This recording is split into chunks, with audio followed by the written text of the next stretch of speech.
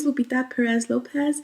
I am a senior at Missouri State University. My major is political science and my minors are gender studies and international relations. Today, my paper is titled The Effects of Hyphenated Identities. Soy la hija de mi mami. I am my mother's daughter. Hyphenated identities are often created by need.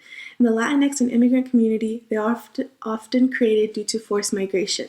Combating sexism and misogyny in both cultures is one of the most negative aspects of having a hyphenated identity. This essay will be utilizing a biographical approach to analyzing and applying the works of Down Girl by Kate Mann and Making Face, Making Sol, Haciendo Caras, a collection edited by Gloria Anzaldúa, and The Second Sex by Simone de Beauvoir. In order to understand the effects of my hyphenated identity, it is imperative to do the following three things. Describe the journey and life in the United States of my mother, explain the role of women in Latinx cultures and the concept of freedom. Misogyny and machismo across borders, the story of my mother's migration to the U.S. Playfulness, World Traveling, and Loving Perception by Maria Lugones describes how women of color often have to travel unwillingly. She describes this traveling as having a compulsory nature, and this destination being a hostile white Anglo world. This is true in the case of my mother, who immigrated here from her small rural town in Mexico. Her journey in Recibo was tainted with notions of misogyny and sexism. Her first time crossing, she was able to receive the help of her cousin near a border town and had to avoid the electric fences.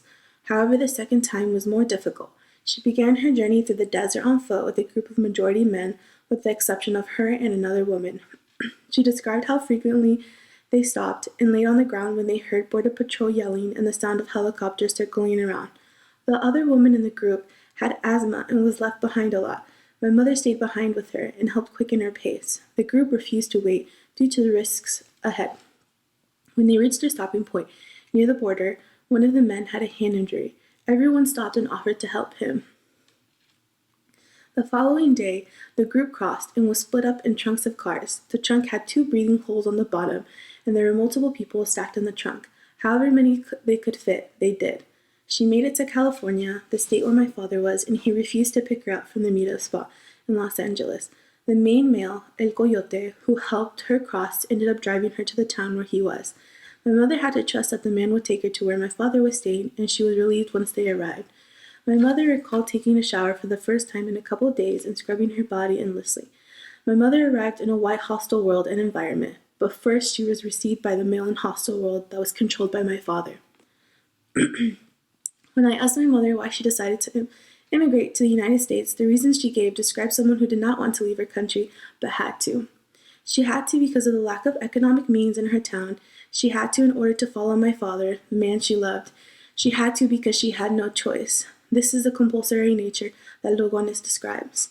My mother, throughout her life in Mexico and the United States, has been a continuing giver. Kate Mann spoke of this concept in Down Girl. My mother was the oldest of her siblings, so that meant she had to take care of her 4 younger brothers. She helped my grandpa by planting milpa. She helped my grandma milk the cows and feed the animals. When my mother tells me about her childhood, she talks about how she was not able to pursue an education. Since she had to help both my grandparents, she was not able to attend school. The highest level of education she made it to was the 2nd grade. My mother wanted to pursue education, but she felt as though she had to help her parents since she was the eldest. When she challenged her gender-assigned role and tried to be a taker, she was punished by society and even herself. My mother went from having to obey my grandpa to her husband, my father. She married him at the age of 19, and afterwards she made the decision to immigrate to California. In the U.S., she continued to have little autonomy. When my mother was pregnant with my oldest sister, they lived in my dad's truck at the camp near the fields he worked at. This was a hostile world.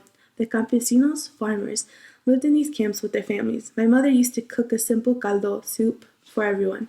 When she gave birth and returned to the camp from the hospital, she only ate crackers and juice, and no one offered to make her food.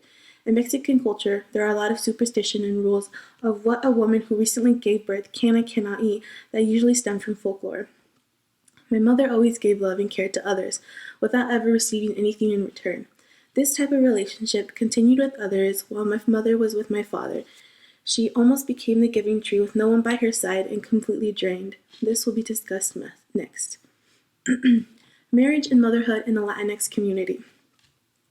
Throughout my mother's life, she's had different masks and labels: mother, wife, sister, and many more. Mitsuyi Yamada discusses the various faces of a woman in her piece, Masks of Women.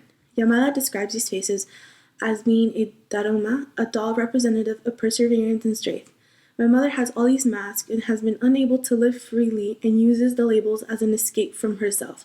My mother gives into her masks and puts her all in her roles. As a wife, she endured so much pain and sacrifice.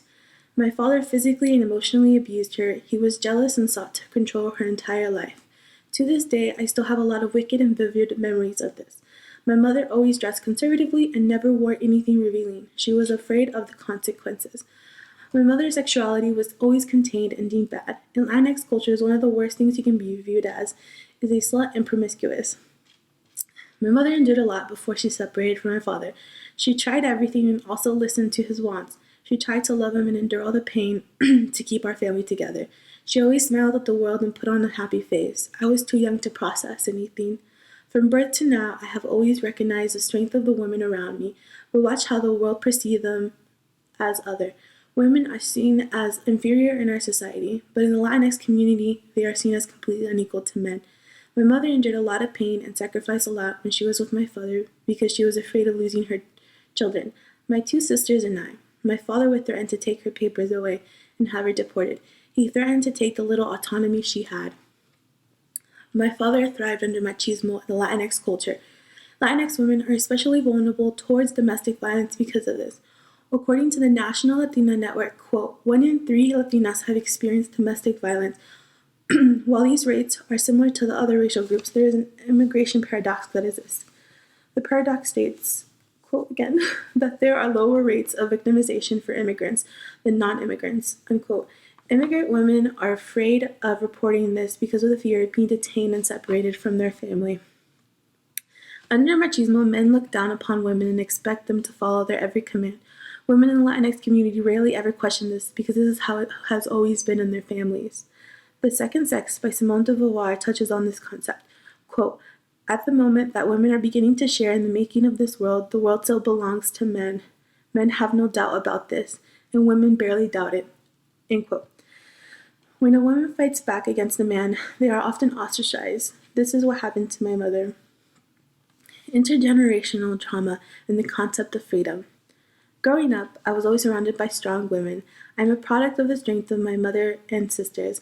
Moving away from my small hometown for college was the first time I was apart from my mom for long periods of time in a community that had a small number of people of color. Postscript by Canela Jaramillo describes the paradoxes of growing up in a small but diverse town. My town was small, and oftentimes in schools, teachers never looked like me. I grew used to hearing my name being mispronounced. I had white and Latinx friends and felt like I was in the middle. However, I grew to also be proud to be Chicana and Latinx. College for me has been a revolutionary event in my life. It has challenged and allowed me to grow in ways I never thought possible. I began to question my identity. The question I faced in college was to assimilate or to decolonize. In my courses, I began to learn about intersectional feminism, institutionalized racism, and activism in general. A lot of what I learned I lived through or knew about, but did not know there was a name for it. I realized I had been passed down intergenerational trauma. I began to remember the memories I repressed when I was younger and my dad's abuse. I began to question my value and importance. Had I internalized my own oppression? Would I be a stereotype? Am I free?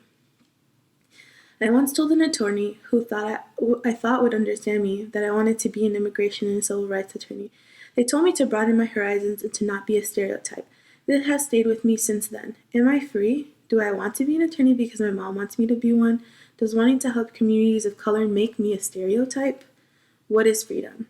I have a lot of freedoms, but every choice I make is not necessarily an act that speaks to my freedom. With every choice and decision I make, I worry about how it will affect others and ultimately my family. I'm afraid I cannot ever truly be myself. It is like an invisible barrier that is unexplainable. It is a barrier that is made by society and is also self-made. I feel as though I am not authentic because I cannot live freely. I feel the burdens and responsibilities that come with being the daughter of an immigrant mother. This worries me if I will ever amount to anything that my mother and family will be proud of. All the intersections of my identity feel like they cannot live together freely. Being a Latinx woman who is queer and from a lower socioeconomic background, it feels as though I am stuck in a cycle that will never be broken. Identities Teherana further discusses the concept of internalized oppression in notes on oppression and violence. We internalize our oppression and past traumas, and this leads to self-hatred. A self-hatred that is deeply rooted in one's identity. Quote, we take from the oppressor the instruments of hatred and sharpen them on our own bodies and our souls. End quote. We imprison ourselves in the labels that have been set out by our colonizers. When you choose to stop seeing yourself in the lens of the oppressor and cease utilizing their tools, you free yourself from their hold and from your own self-hatred. I admire my mother for her journey here to a new country, where she did not know anyone or the language. I commend her for her courage and strength. My relationship with my mother is similar to Helena Maria Veramontos, and is described in Nopalitos, the Making of a Fiction. My mother is the glue of my family. The female family unit is incredibly important in the Latinx community. Mujeres, women, get the impossible done and challenge the norms. Conclusion. An important process of undoing your own oppression is to process it. Why and how has it affected you? Education is a privilege that helps with the undoing of it. Prior to school, I did not know that there were terms such as intergenerational trauma and hyphenated identities. While they may just be terms, they make me feel less alone. While Dun Girl may not speak directly to the misogyny in the Latinx community, I was able to see the similarities that exist. Women are drained for all that they have until they cannot give anymore. Making Face, Making Sol, Haciendo Caras spoke directly about all the aspects of my identity. It showed me that there's a world full of women who have lived similar things as me and faced similar struggles. It also confirmed how powerful mujeres are. My mother has gone through so many life struggles, but still continues to show strength and has been triumphant in life. I will continue that legacy. Thank you for watching this, and I look forward to seeing everybody's input. Bye!